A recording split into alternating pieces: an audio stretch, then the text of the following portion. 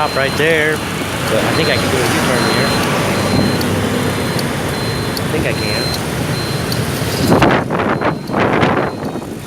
Nice day out so far. Back across the city I go.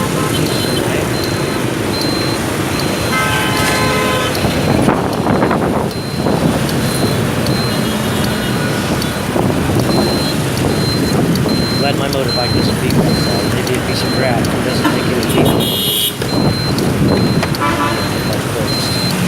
I haven't been able to find. Oh, really? Look. Everybody's really awkward.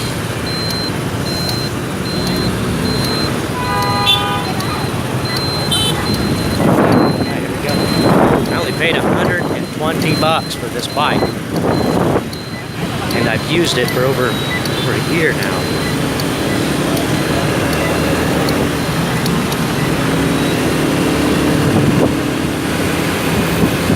So you don't have to drop a lot of money on a bike if you don't want. I mean, this bike has been dependable. I've ridden it all over South Vietnam, all over the place. And I've only put a little bit of money into it, but if you have $200, you can get a used bike, man. No problem. That you'll probably be pleased with. If you want to spend more than that, I mean, you know, there's a rate. If you want to spend more than that, and you know, $300, $400, $500. Surely you can get something for $5 that you will be satisfied with.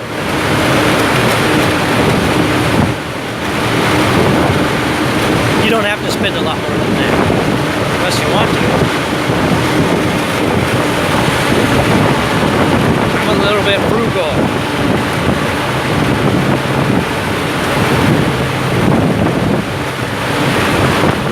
Waste a lot of money on stuff. I don't need to. I don't need a nice bike. I don't really care about it. I actually like this old bike. It has personality. I mean, I could find this bike, right, in a crowd, in a big crowded parking lot. I can find this bike really easy. Which leads me to another suggestion. I suggest that you get a big gaudy keychain. Carry your keys on a big ugly keychain. Because if you ever lose your keys in a big parking garage, man, they have a giant bin full of lost keys. I lost my keys one time. And fortunately for me, I had a big ugly keychain. I was able to find it quickly. If not, you're going to be looking forever for a single key. You'll never find it.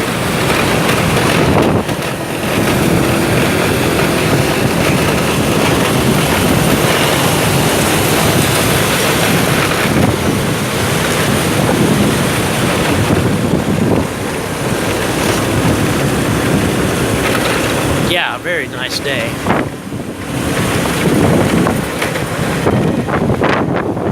Rain can pop up anytime here, but it looks pretty clear right now. Sunny. What's the weather like? It's sunny.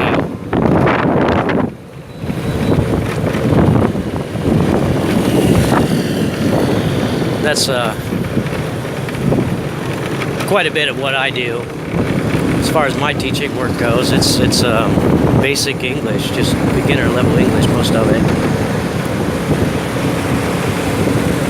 So I ask kids all day long, what's your name? How old are you? How many people are there in your family? What's the weather like? What time is it? What day is it? What day is tomorrow? What's your favorite color? What's your favorite food? What's your favorite animal? What can you do? What are you going to do this weekend? What did you do last weekend? And that's about it. Colors and shapes and numbers and all that for the little kids.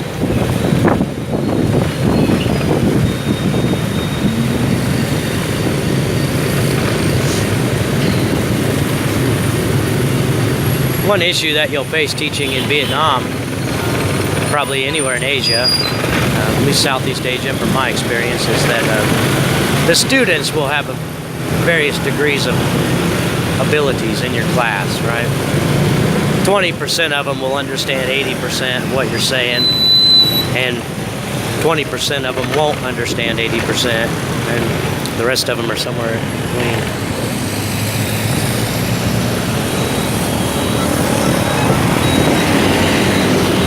So it's that part becomes a little bit challenging.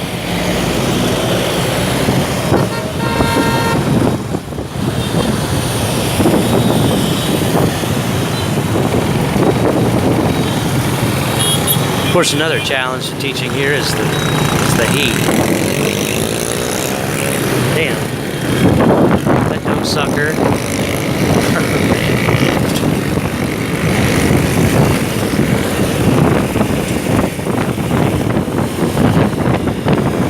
Yeah, the heat, it gets pretty hot here in South Vietnam, as you might have guessed. So if you're going to teach here, it's a wise idea to get some light clothes. I had to ditch my pants, my dress pants. They were too heavy. I went and found some, I got some new pants made that are, or no, I didn't have these made. I bought these. I found stretch pants.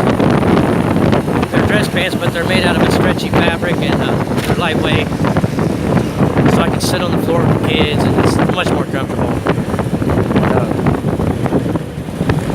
You'll do a lot better in light clothes. Carry a little fan with you if you want, but you may not be able to find a place to plug it in. A lot of places have air conditioning, but here's the but. They do have aircon, but students are in and out throughout the whole entire class. That's not too windy. You probably can't hear me. Students are in and out. There's people in and out throughout the whole class. They never stop coming and going, so it doesn't really ever cool off. If it does get very cold, then the students will want you to shut it off because they're going to get cold quicker than you do. Probably. Your results may vary.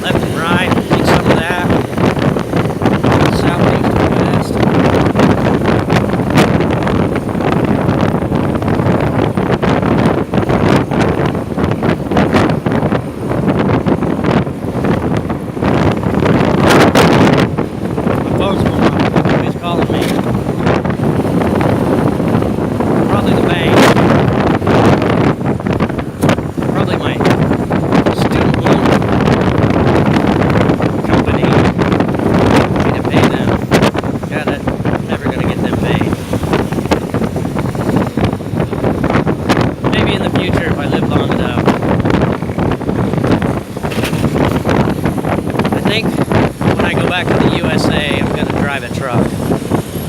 I don't really know what else to do. I have nowhere else to go. I want to go back and see my kids, but I mean, I don't have a place to live. I don't own anything, and I have debts, and I need to pay them. I should pay those debts. If I drive a truck, I probably can. Because then you work all the time. You don't do anything for work. Your truck. Come close to doing that several times. I really like it. I mean, I like truck drivers. I like trucks. And I don't know if I can do the lifestyle or not. It is a lifestyle. It's damn boring compared to the lifestyle I'm living now. No fun. If you're a big rig trucker in the USA, you're probably banking lots of money. You're probably stacking paper, but you ain't having as much fun as Denny's having. I guarantee you that.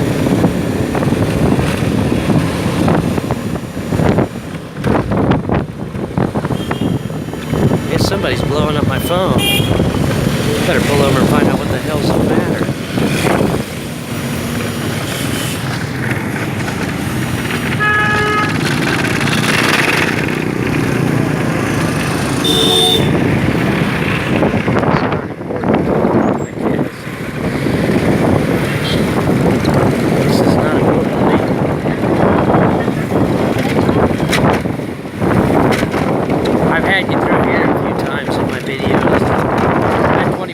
see a hot girl. How do I know? There's always hot girls. Yeah. Pretty girls, good-looking girls, good girls, lovely ladies. They are everywhere in Saigon, everywhere in Saigon. I have taught there. I remember teaching there a few times.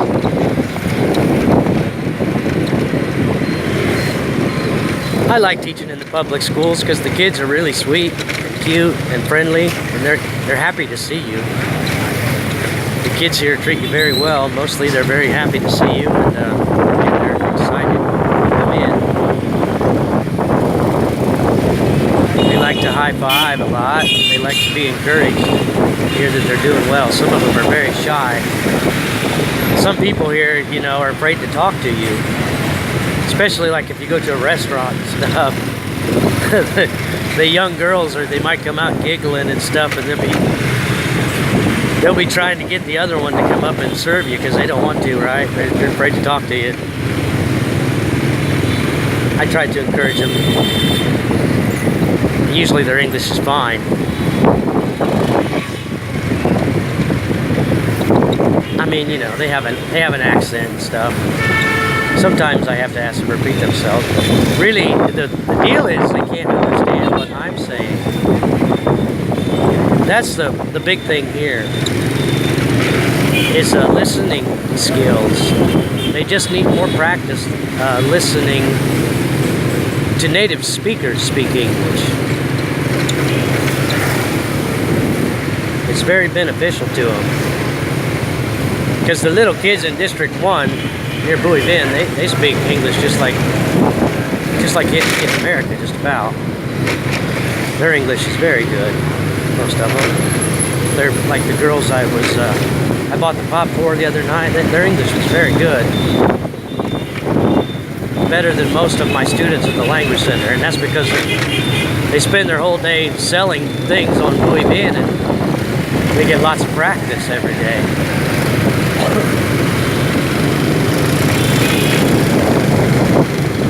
People from around Vietnam, they kind of understand that. A lot of students go to that park across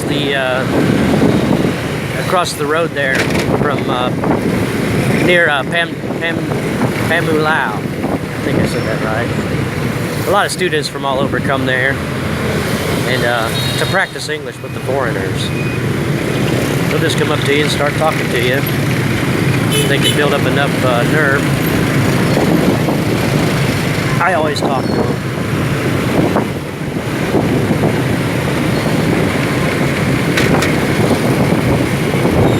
I'm friendly like that.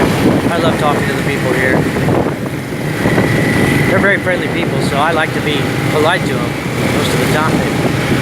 I am polite most of the time, unless I'm pissed off.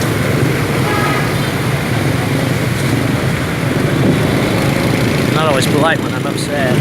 Sometimes I do get upset here, a little bit angry. I get angry, period. I'm not always kind.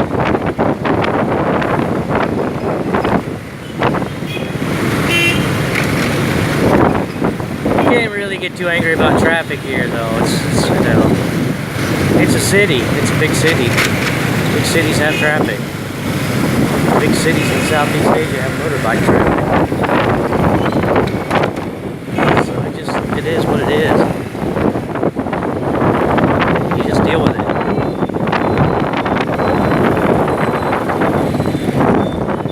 I get angry about getting ripped off, though.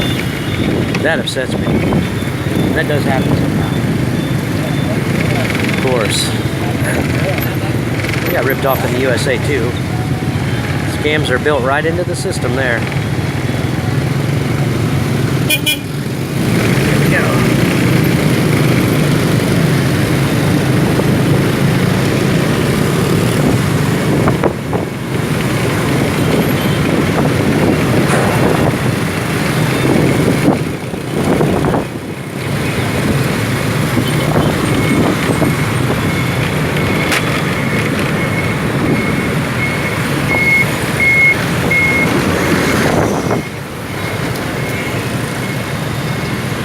got my tire fixed last night when it was raining, and I guess I had a screw in it, and man, the dude fixed it in like 10 seconds. I couldn't believe it.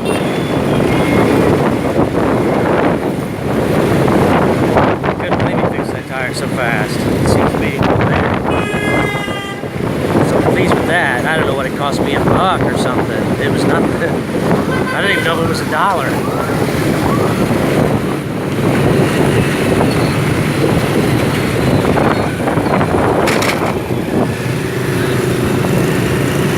I used to get flat tires all the time when I was driving the Amish, because I was driving a construction crew, like 15 guys in a van, and they would all put their tool belts in the back of the van. And then when they'd get out at night, you know, they'd grab their tool belt out of the back door, and they'd drop roofing screws and nails and shit everywhere. Sheet metal screws and roofing nails be all over their drive. So I get a lot of flats from that. Sure as heck couldn't get it fixed for $1.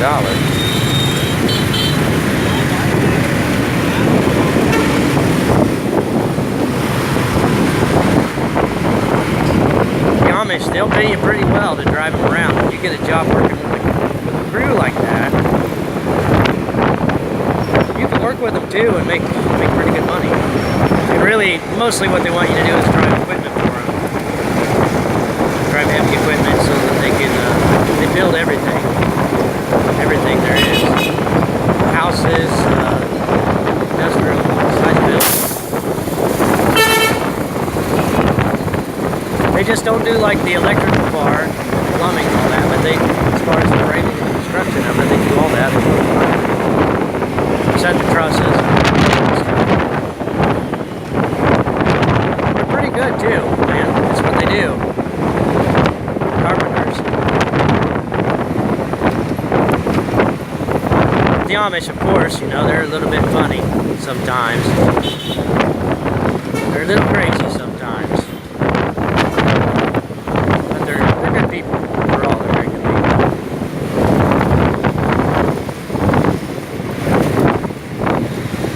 My boss, the last guy I worked for, the Amish guy in Indiana, he has 22 kids. 22 kids and 4 sets of twins. Yeah, by the same wife. I know what you're thinking. No, that's what they do, man. The Bible says be fruitful and multiply. They take it seriously. Besides, if you didn't have electricity, you went to bed at 7 o'clock every night, what else would you do?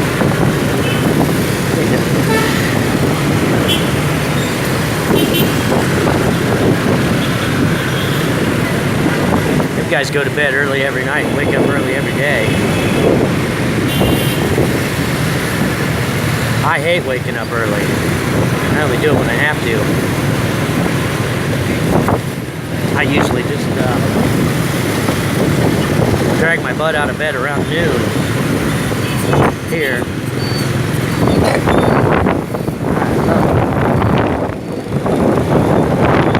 I've been sleeping well at this last place I've been staying at because they have construction going on right outside. Looks like they're almost done. Not construction, I mean they're replacing the drain tiles, concrete, so.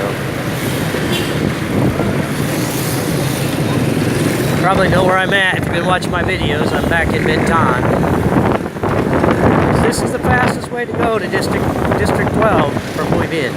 Fastest way to go back, right?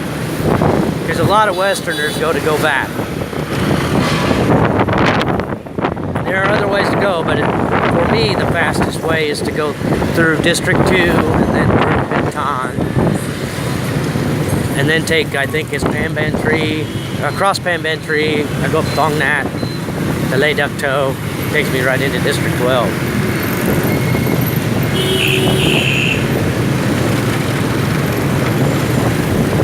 Yeah, I'm getting hungry now. It's about 3 o'clock, I think. 3 o'clock. Should probably get some gum tom. I was gonna get some food near Bui Vien, but I'm not starving right now. I've been eating pretty well since I went back to District 1. Before that, if I'm living in other districts, I eat a lot of KFC. And then some rice and meat sometimes. Gum tom, rice and meat. I like to have an egg in there. Rice, egg, and meat. And then a lot of times I throw a bunch of vegetables on it, which I just pick it off. Same as I do with my cheeseburgers. Do that.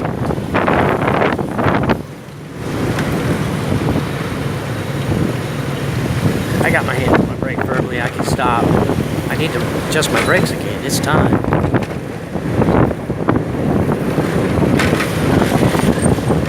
I've been working every night. Driving every night. I get up late. I stay up late, so I don't get things done. Or I think I'd have enough time.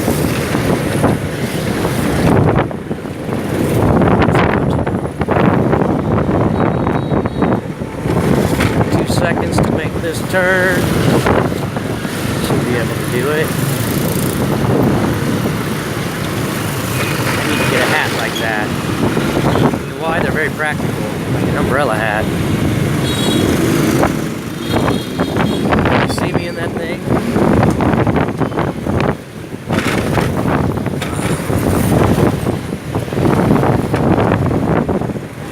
Watch where I'm going here. Gotta watch where I'm going here, man. Got so much stuff going on. They're doing stuff on the side of the road.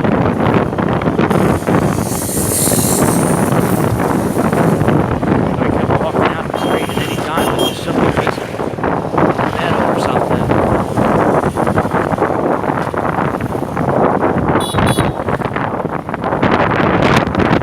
You name it, it happens here. What you can expect? The dumbest possible thing you can imagine.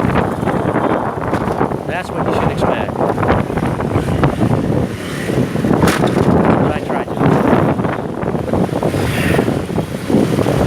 I'm pretty good at imagining dumb things.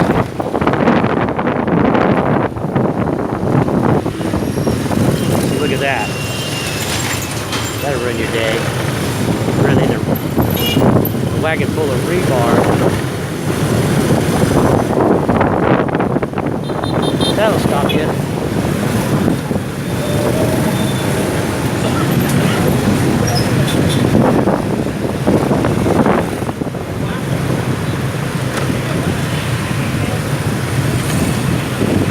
Down in the province of Saigon, I can show you a place where it's a hill and a curve. And when you go around the curve and down the hill, there's a sheet metal roof sticking out on the road, and it's about the same height as my head. You take that curve a little tight,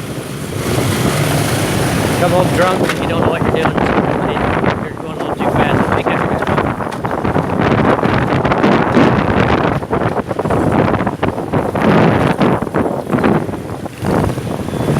I enjoy living in the province to some degree, but the problem is I get bored down there. I get bored so much.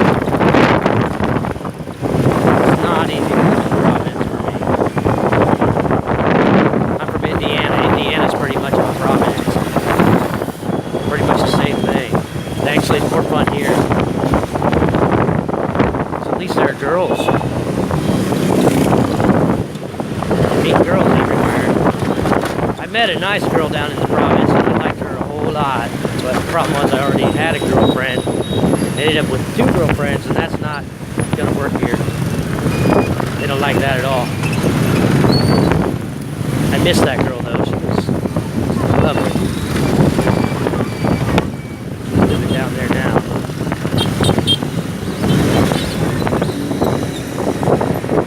She drives all over the place for her job. She sells glass or something, and yeah, she drives. She's living down the highway forever. I worry about her a lot. It's a dangerous job, I think. They never complain here. They never complain about it. They just go.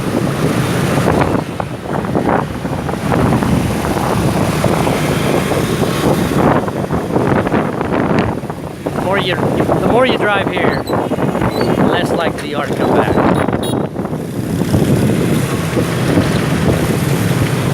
I'd like to avoid driving here mostly if I could. I just don't want to live up here in District 12.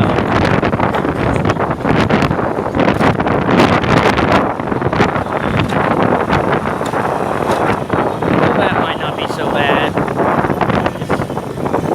I don't really know Go-Bat that well. I don't think it's District 1. I don't think it's that convenient.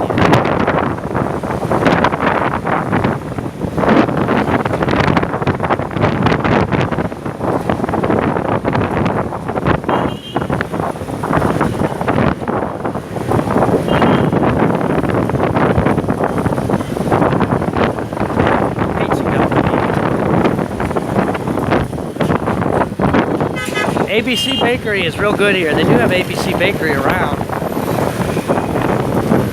other districts. It's pretty tasty and affordable too. You can get a slice of pizza, various types of pizza, for about $1.25 or something. $30,000. It's cheap, pretty tasty.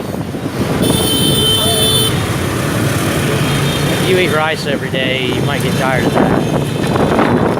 That's what I did in Cambodia, because I didn't really like the food in Cambodia. I didn't think they had good burgers in Cambodia or anything like that. Plus, I was basically poor in Cambodia. I had no money.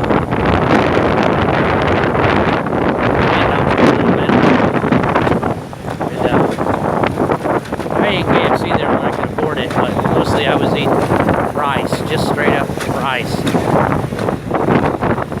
No motorbike. I walked everywhere I went, so I lost quite a bit of weight. When I come from Cambodia, I was looking pretty good, but I fattened right up when I got back to Vietnam. I'm a big fat dude, naturally. Naturally, it's fat.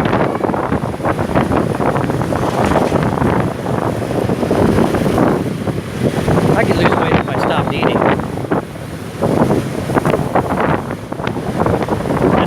Dad did. I saw him go from 345 pounds down to 120 pounds. How did he do that? He stopped eating. Yeah, he got cancer. He got stomach cancer, and then by the time he died, his brain was full of cancer. He lasted about a year like that. I used to go over to his house and spend a lot of time with him. I didn't meet him till I was 18. Later in my life, we studied the Bible together. I go over there every weekend and we studied the Bible together. We talked about things.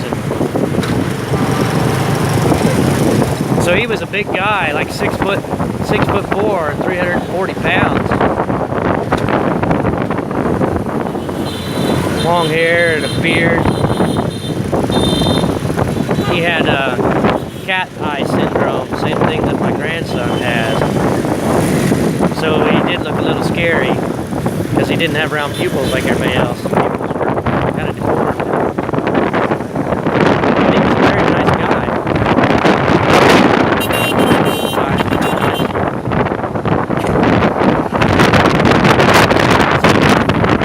One day I went over there and he's like, man, I got the stomach flu. You gotta give me some penicillin from the Amish. Coming back up, and he didn't have the stomach flu. He had stomach cancer, and he never ate after that. Pretty much not eating at that point. It took him about a year to die. He was a recluse, though. Very, very much. He wouldn't go to the doctor.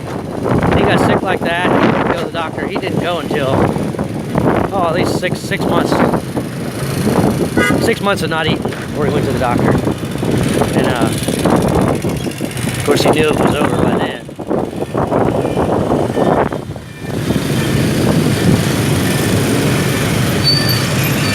This little guy. Turtles in ice. Yeah, it's sad to see people get cancer. Man, I hate seeing that. And that's something I just don't want to deal with in my life. I'd rather go any other way than that. I don't want to die slowly of cancer.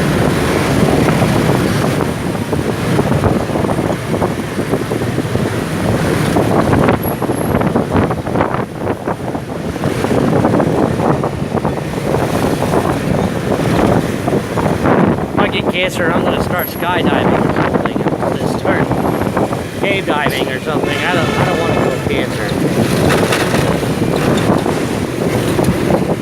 Back in the 90s, I had a buddy, my neighbor guy. He was 26 years old, had 4 daughters, 4 beautiful little girls, and one day he went to the doctor with a mole in his back, and a year later he was gone.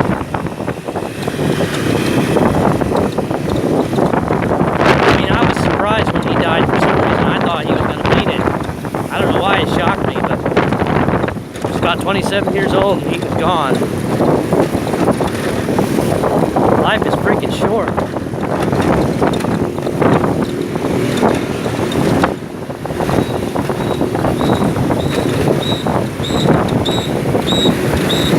My adopted dad, he lost his wife to cancer. That poor thing. I'll never forget, she got lung cancer. She thought she had the flu.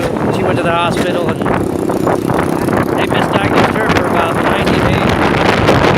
And then she found out right before Christmas. They told her to go home and enjoy Christmas and be her last one. And you know, she fought that for 10 years.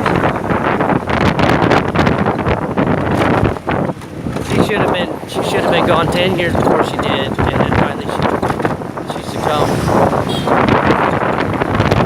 It was very, very sad. I miss her. She was a nice lady.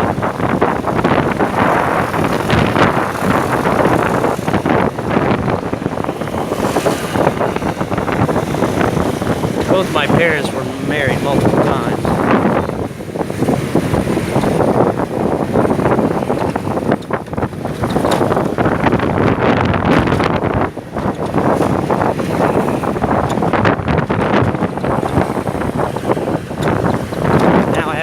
To my dad in a really long time, and the last I heard, he had a stroke. He had a stroke, and he couldn't walk. Lost everything on his left side, I think. But you know, he's recovered since then. He's in his 70s. He's a tough old guy. He was always a real hard-working guy.